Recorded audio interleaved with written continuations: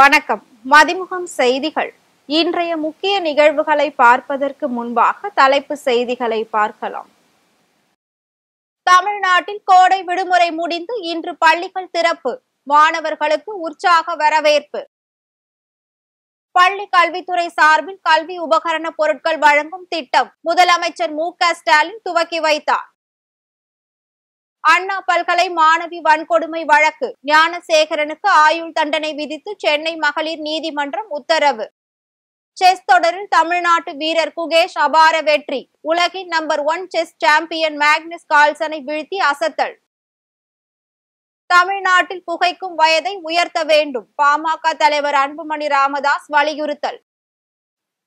தமிழ்நாட்டில் கோடை விடுமுறை முடிவடைந்த நிலையில் இன்று பள்ளிகள் திறக்கப்பட்டன.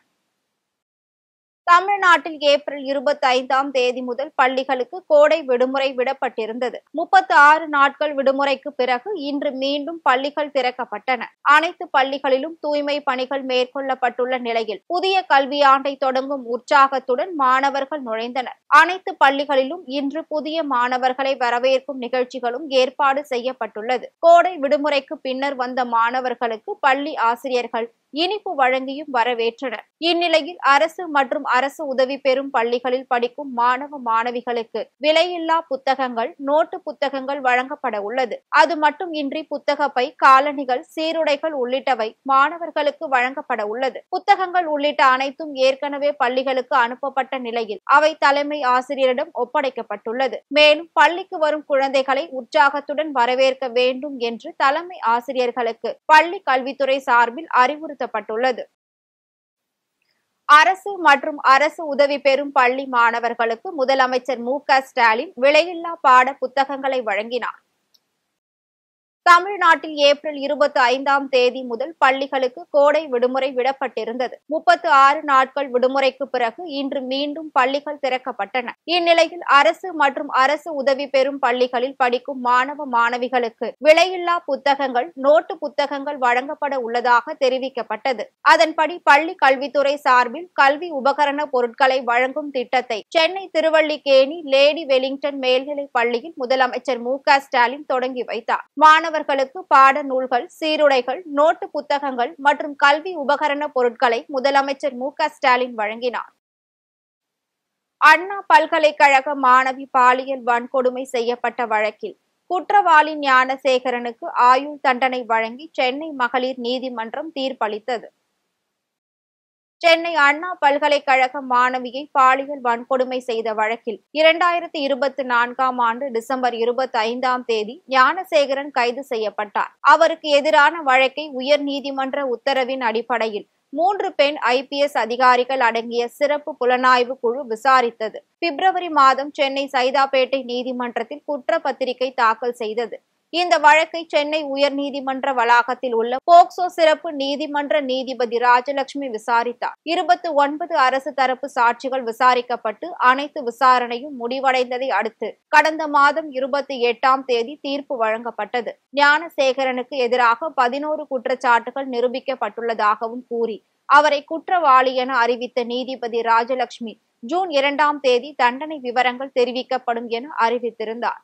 அதன்படி இன்று குற்றவாளி ஞானசேகரனுக்கு ஆயுள் தண்டனை வழங்கி சென்னை மகளிர் நீதிமன்றம் தீர்ப்பளித்தது. மேலும் ஞானசேகரனுக்கு ரூபாய் 90,000 அபராதம் விதித்தும் 30 ஆண்டுகள் எந்த தண்டனை குறைப்பும் இன்றி ஆயுள் தண்டனையை அனுபவிக்க நீதிபதி உத்தரவிட்டுள்ளார்.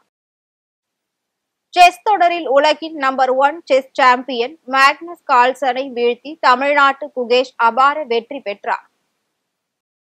நார்வே கிளாசிக்கல் சர்வதேச செஸ் போட்டி அங்குள்ள ஸ்டாவஞ்சர் நகரில் நடந்து வருகிறது. இதில் ஓபன் பிரிவில் நடப்பு உலக சாம்பியன் குகேஷ், 5 முறை உலக சாம்பியன் வென்ற மாக்னஸ் கால்சென், அர்ஜுன் எரிகைசி உட்பட 6 வீரர்கள் பங்கேற்றனர். இதில் ஒவ்வொரு வீரரும் மற்றவர்களுடன் தலா 2 முறை மோத வேண்டும். இந்நிலையில் நார்வே செஸ் தொடரில் இன்று நடந்த 6வது சுற்றின் ஆட்டத்தில் நார்வேயின் மேக்னஸ் கால்சனை தமிழ்நாட்டு வீரர் குகேஷ் எதிர்கொண்டார். உலகின் நம்பர் 1 செஸ் வீரராக உள்ள கால்சனுக்கு உலக செஸ் சாம்பியன் குகேஷுக்கும் இடையேயான ஆட்டம் மிகுந்த எதிர்பார்ப்பை எழுப்பியது. பரபரப்பாக நடந்த ஆட்டத்தில் கால்சனை 3.0 என்ற கணக்கில் வீழ்த்தி குகேஷ் அபார வெற்றி பெற்றார். இந்த தொடரில் இரு வீரர்களும் மோதிய முதல் ஆட்டத்தில் கால்சன் வெற்றி பெற்ற நிலையில் இரண்டாவது ஆட்டத்தில் குகேஷ் வெற்றி பெற்றுள்ளார். இந்த வெற்றியின் மூலம் நார்வே கிளாசிக்கல் சர்வதேச செஸ் புள்ளி பட்டியலில் 8.5 புள்ளிகளுடன் குகேஷ் 3வது இடத்திற்கு முன்னேறியுள்ளார். அதேவேளை 9.5 புள்ளிகளுடன் கால்சன் 2வது இடத்தில் உள்ளார் என்பது குறிப்பிடத்தக்கது. தமிழ்நாட்டில் புகைக்கும் வயதை உயர்த்த வேண்டும் என பாமக தலைவர் அன்புமணி ராமதாஸ் கோரிக்கை விடுத்துள்ளார்.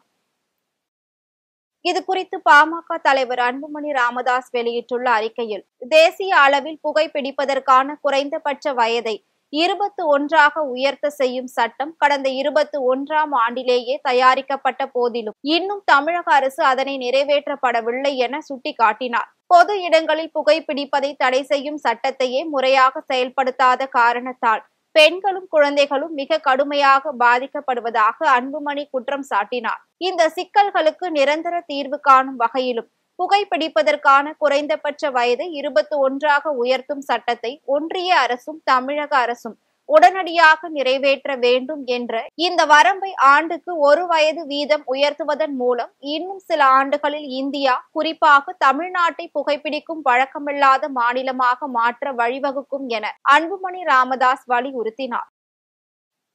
தமிழ் திரையுலகின் பிரபல இயக்குனர் மணிரத்னம் மற்றும் இசைஞானி இளையராஜாவின் பிறந்த நாளிற்கு முதலமைச்சர் மு.க. ஸ்டாலின் வாழ்த்து தெரிவித்துள்ளார்.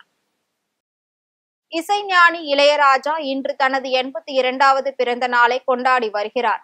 அவருக்கு சினிமா பிரபலங்கள் மற்றும் நண்பர்கள் வாழ்த்து தெரிவித்து வருகின்றனர். அந்த வகையில் தமிழக முதலமைச்சர் மு.க. ஸ்டாலின் தனது வாழ்த்தை தெரிவித்துள்ளார். இது தொடர்பாக அவர் வெளியிட்டுள்ள வாழ்த்து செய்தியில், நாட்டுப்புற இசை, மெல்லிசை என அனைத்திலும் கரை கண்டு தமிழர்களின் பெருமை மிகு அடையாளமாக திகழும் இசைஞானி இளையராஜாவிற்கு நெஞ்சம் நிறைந்த வாழ்த்துக்கள் என பதிவிட்டுள்ளார். மேலும் தங்களின் சிம்போனி இசை தமிழ்நாட்டில் ஒலிக்க உள்ள நாளுக்காக தானும் காத்திருக்கிறேன் என்று குறிப்பிட்டுள்ளார். இதேபோல் இயக்குனர் மணிரத்னம் இன்று தனது 69வது பிறந்த நாளை கொண்டாடி வருகிறார். அவருக்கும் முதலமைச்சர் மு.க. ஸ்டாலின் வாழ்த்து தெரிவித்துள்ளார். இது தொடர்பாக அவர் வெளியிட்டுள்ள எக்ஸ் தள பதிவில், தம் திரைமொழியின் ஆளுமையால் இந்திய சினிமாவின் இணையற்ற இயக்குனராக கோலோச்சும் மணிரத்னம் அவர்களுக்கு இனிய பிறந்த நாள் வாழ்த்துக்கள் என்று பதிவிட்டுள்ளார். ராணிப்பேட்டை அருகே விபத்தில் மூளைச்சாவடைந்த கல்லூரி மாணவருக்கு அரசு மரியாதையுடன் அஞ்சலி செலுத்தினர். ராணிப்பேட்டை மாவட்டம் மேலக்குப்பம் அருகே இருசக்கர வாகனம் ஒன்று கட்டுப்பாட்டை இழந்து விபத்துக்குள்ளானது. இதில் கல்லூரி மாணவர் சுரேந்தர் படுகாயங்களுடன் சிஎம்சி மருத்துவமனையில் சிகிச்சைக்காக அனுமதிக்கப்பட்ட நிலையில் நேற்றிரவு மூளைச்சாவடைந்தார். இதனைத் தொடர்ந்து அவரின் உடல் உறுப்புகளை தானமாக வழங்க அவரது உறவினர்கள் முன் வந்தனர். உடல் உறுப்புகள் தானமாக வழங்கப்பட்ட நிலையில் அவரது உடலுக்கு மருத்துவர்கள் மற்றும் ஊழியர்கள் அரசு மரியாதையுடன் அஞ்சலி செலுத்தினர். பாலஸ்தீனத்தில் நடந்து வரும் போருக்கு எதிராக வேண்டாம் போர், வேண்டும் அமைதி என இந்திய ஜனநாயக வாலிபர் சங்கம் சார்பில் மயிலாடுதுறையில் கையெழுத்து இயக்கம் நடைபெற்றது. பாலஸ்தீனத்தின் மீது இஸ்ரேல் கடந்த 3 ஆண்டுகளுக்கும் மேலாக தொடர்ந்து போர் நடத்தி வருகிறது. இதனால் உயிரிழப்புகளின் எண்ணிக்கை நாளுக்கு நாள் அதிகரித்து வருகிறது. இதற்கு எதிர்ப்பு தெரிவிக்கும் விதமாக இந்திய ஜனநாயக வாலிபர் சங்கம் சார்பில் வேண்டாம் போர், வேண்டும் அமைதி என்ற மாபெரும் கையெழுத்து இயக்கம் மயிலாடுதுறை புதிய பேருந்து நிலையத்தில் நடைபெற்றது. இதில் அச்சங்கத்தின் மாவட்ட தலைவர் ஐயப்பன், மாநில செயலாளர் சிங்காரவேலன் கலந்து கொண்டு இஸ்ரேலுக்கு எதிராக கண்டன உரையாற்றினர். அதனைத் தொடர்ந்து கையெழுத்து பதாகைகளில் முதல் கையெழுத்திட்டு இயக்கத்தை தொடங்கி வைத்தனர். இதனைத் தொடர்ந்து அப்பகுதி மக்கள் பலர் கையெழுத்திட்டு தங்களது கண்டனத்தை பதிவு செய்தனர். ஆன்லைன் வர்த்தகத்தால் வியாபாரிகளுக்கு ஏற்படும் ஆபத்தை கையாள்வது குறித்து விரைவில் ஆலோசிக்கப்படும் என ஈரோட்டில் தமிழ்நாடு வணிகர் சங்க தலைவர் விக்ரமராஜா தெரிவித்துள்ளார்.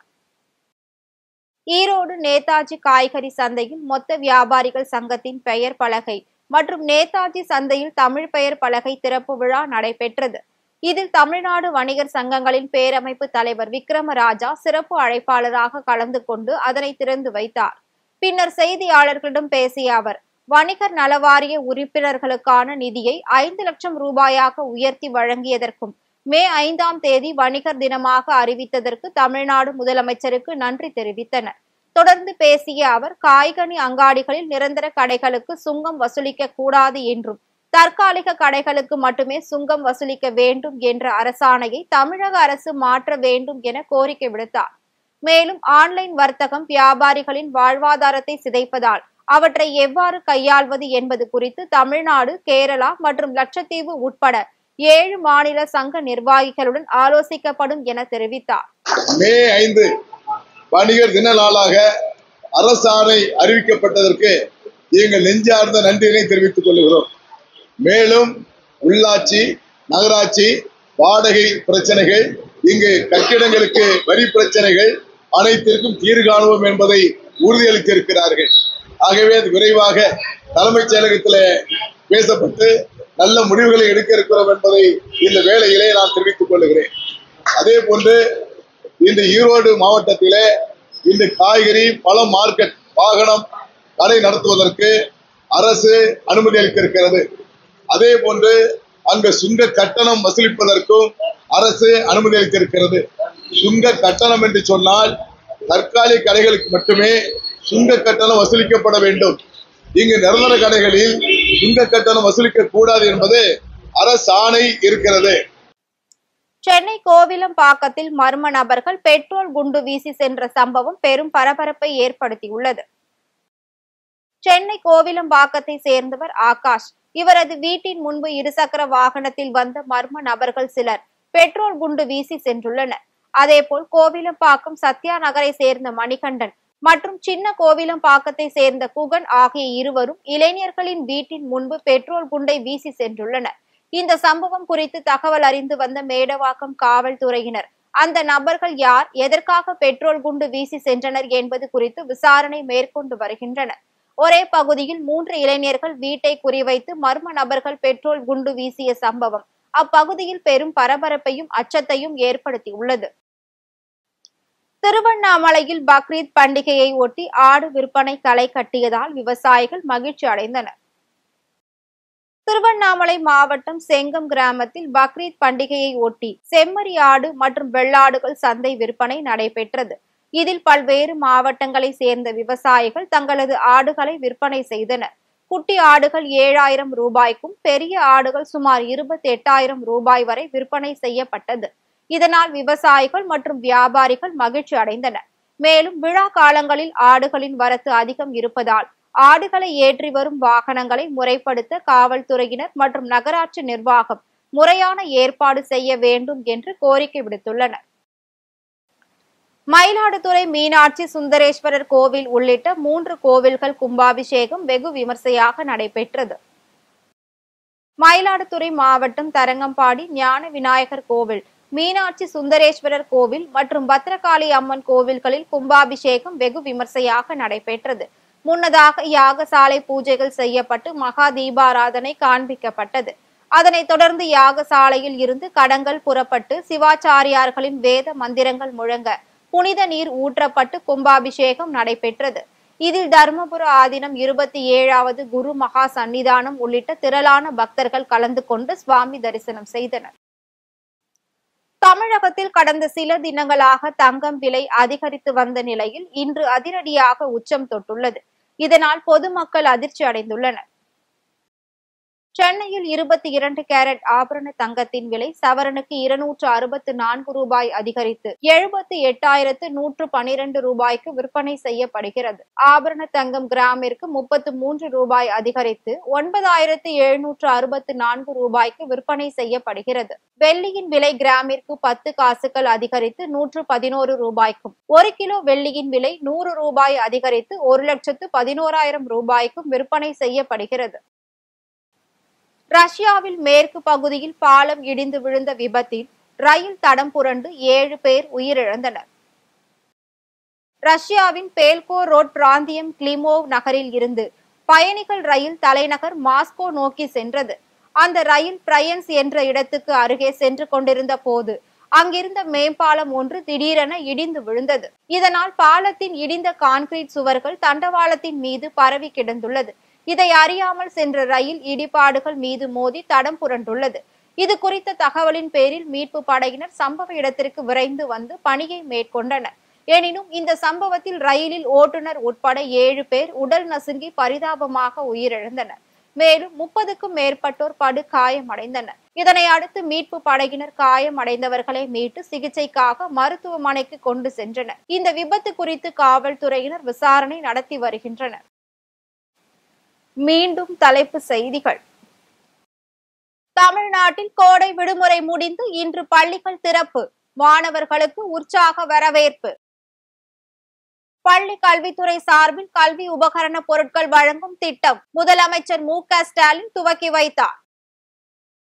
அண்ணா பல்கலை மாணவி வன்கொடுமை வழக்கு ஞானசேகரனுக்கு ஆயுள் தண்டனை விதித்து சென்னை மகளிர் நீதிமன்றம் உத்தரவு.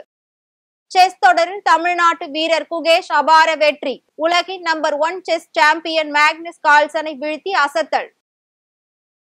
தமிழ்நாட்டில் புகைக்கும் வயதை உயர்த்த வேண்டும். பாமக தலைவர் அன்புமணி ராமதாஸ் வலியுறுத்தல். இத்துடன் செய்திகள் நிறைவடைந்தன. மீண்டும் செய்திகள் இரவு 8 மணிக்கு. மேலும் செய்திகளை தெரிந்து கொள்ள மதிமுகம் பிரைம் யூடியூப் தளத்தில் இணைந்திருங்கள்.